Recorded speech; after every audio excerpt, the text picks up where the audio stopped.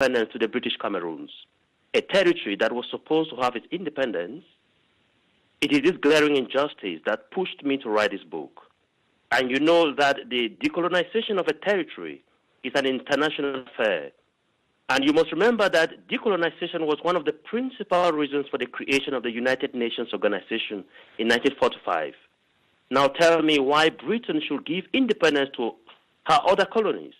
And when it comes to the turn of the British Cameroons, Britain will, with the obvious collusion of the UN, to refuse to give independence to the British colony of the Cameroons. It is therefore clear that the problem of the British South national problem and not an internal affair of La République du Cameroun, which in all fairness has never been the colonial master of the British Cameroons. For where on earth did a colonial master grant independence to a territory by handing the territory to another colonial master? How can France and French Cameroon come to rule over a territory they never colonized? The United Kingdom of Great Britain should therefore assume responsibility as the colonial master of the British Cameroons and with the collaboration of the UN, grant full independence to the territory in question, that is, the Southern Cameroons. Well, it's certainly a book that actually leaves the reader with more questions than answers. Now, talking about the reader, we mentioned in the introduction that it's intended for an audience of people really around the world. But did you have a particular reader in mind, a particular type of reader in mind when you were writing this book? If so, who is that reader and why? Yeah, you are right in saying that the intended audience is all the people of the world who are concerned about the oppressed and suffering people deprived of justice and struggling under colonial oppression. But in this book, I am addressing myself principally to the British government that was the administering power in the British Cameroons. I'm also speaking to the United Nations Organization and to its members to correct the unjust situation they created in the British Cameroons in 1961. Finally, I'm addressing myself to the people of the British Cameroons to fight for their independence because it is their international right to struggle for the decolonization of their territory. For is it not a shame that the United Nations should in the 21st century be supporting the colonization of the British Cameroons by France? You've identified there that the message is really, it's intended for some sort of influence over the British government in their colonization of the Cameroons and by the British and by the French. And how do you think that message to the reader can change the situation within the Cameroons? I would like my readers to note, first of all, that Britain and not France was the colonial master of the British Cameroons. For this reason, the people of the British Cameroons will not or never accept any French administration in their territory because the UN already granted independence to French Cameroon on the 1st January 1960, and the boundaries of that independent French Cameroon did not include the territory of the British Cameroons.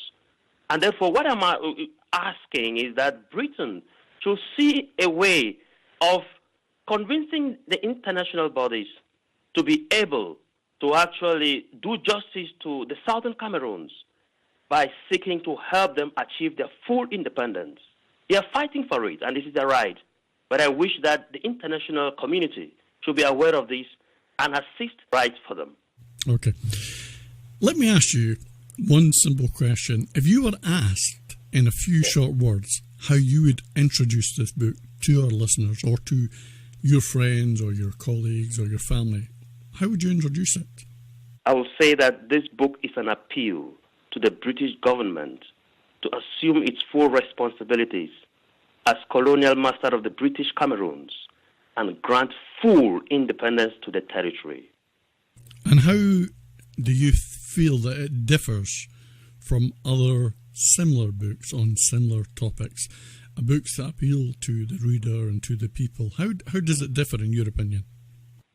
Anything that has so far been written on the British Cameroons, because it consistently refers to the British Cameroons as an independent political entity from the French Cameroon, which became independent in 1st January 1960.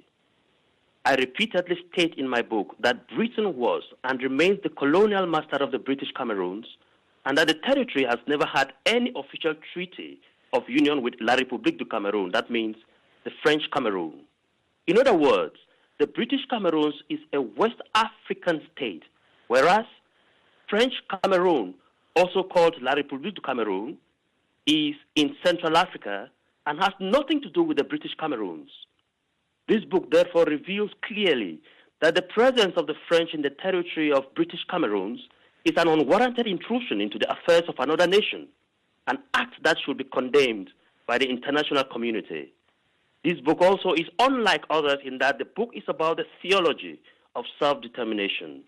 I have been inspired by Christian theology, believing that through this theological vision of self-determination, the church can engage itself in the political and economic liberation of Africa and anywhere in the world where people are tyrannized or terrorized. Let's go back to your experience as a writer of writing this book for the very first time. You must have faced some challenges as a first-time writer, and also taking into account the topic that you're writing about, which is quite controversial, and as you say, it is an appeal to the readers and the people of the world. Tell me some of the challenges that you faced when you were writing this book, and also what did you find for you was the most rewarding part of it? The biggest challenge of writing this book came from the fact that I am a priest by vocation. And it may interest you to know that some church hierarchy from my part of the British Cameroons were openly hostile to my open support for the independence of the British Cameroons. My life has been even threatened verbally and in letters. But seeing that here were prelates who did not realize that the voice of the people is the voice of God, I ignored these threats and came up with the writing of this book. For I strongly believe that if you are not passionately on the side of the downtrodden, the brutalized, and the oppressed peoples of the world, then you are tragically on the side of the oppressors of mankind. I chose to save my people because that is what Jesus Christ, whom I serve as a priest, would have done. And that is what brought joy to my soul as I was writing this book, because I was deeply convinced that if God was on the side of the oppressed people of the British Southern Cameroons, then God was on my side. I will say that the book will be a life experience for me because my family had been engaged through my father on issues concerning the freedom of the people of my homeland. My father was an activist, and I grew up with him. I'm the first son. And by being with him, by listening to him, he's a historian, he's a teacher, actually, a Catholic school teacher, a very renowned one. And therefore, I listened to him. I read his books, his little library that he had in the house. And growing now, these things were instilled within me, and that is how I grew to write it. But the actual moment where I wrote the book is 2017, right till 2018 as we're talking now. And that is when I held the pen. But holding the pen was an experience which was inspired by a good number of years that I had listened, seen, read the history of my people, and even experienced the sufferings, the oppression, and the brutalization that our people have gone through, even before I was ordained priest. And how has the book been received and accepted by your own people, your family, your friends, and those in your own community? It's been received with so much enthusiasm and so much acceptance. No book is pure. What I mean is that you will always have people who will not actually buy what you've written. That is normal. As a writer, you write from within. And therefore, what comes from within, you are not writing to please everybody. But it has been received with wonderful enthusiasm and with so much passion. And the people have expressed that I have represented, especially the poor people who are actually clamoring for their independence. They believe that this book is representing their spirit. And has it inspired you to continue writing? And if so, have you written anything new or maybe even a sequel? What is your plans for the future as a writer? Writing is actually one of the passions I have in life, one of the things I like to do in life. And this work, because it needed courage to write and to pass it out there. the courage that I have used in order to pass this work out to the world.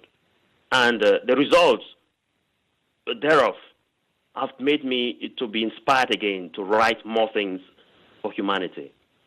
Well, that's wonderful. Now, in closing, is there anything that you would like to add, anything you'd like to tell us about that we haven't covered so far during the interview, but that you feel is important for our listeners to know about this book?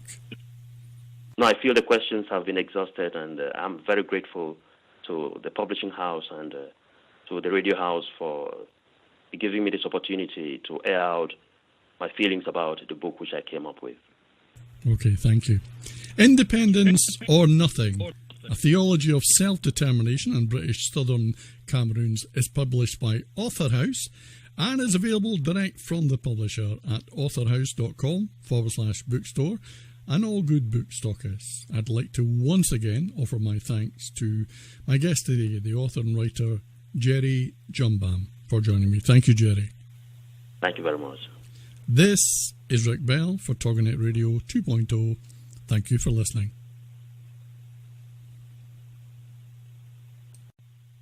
Welcome to Author Voices on Air, and I'm your host, Rick Bell. Our next book is Independence or Nothing, Theology of Self-Determination and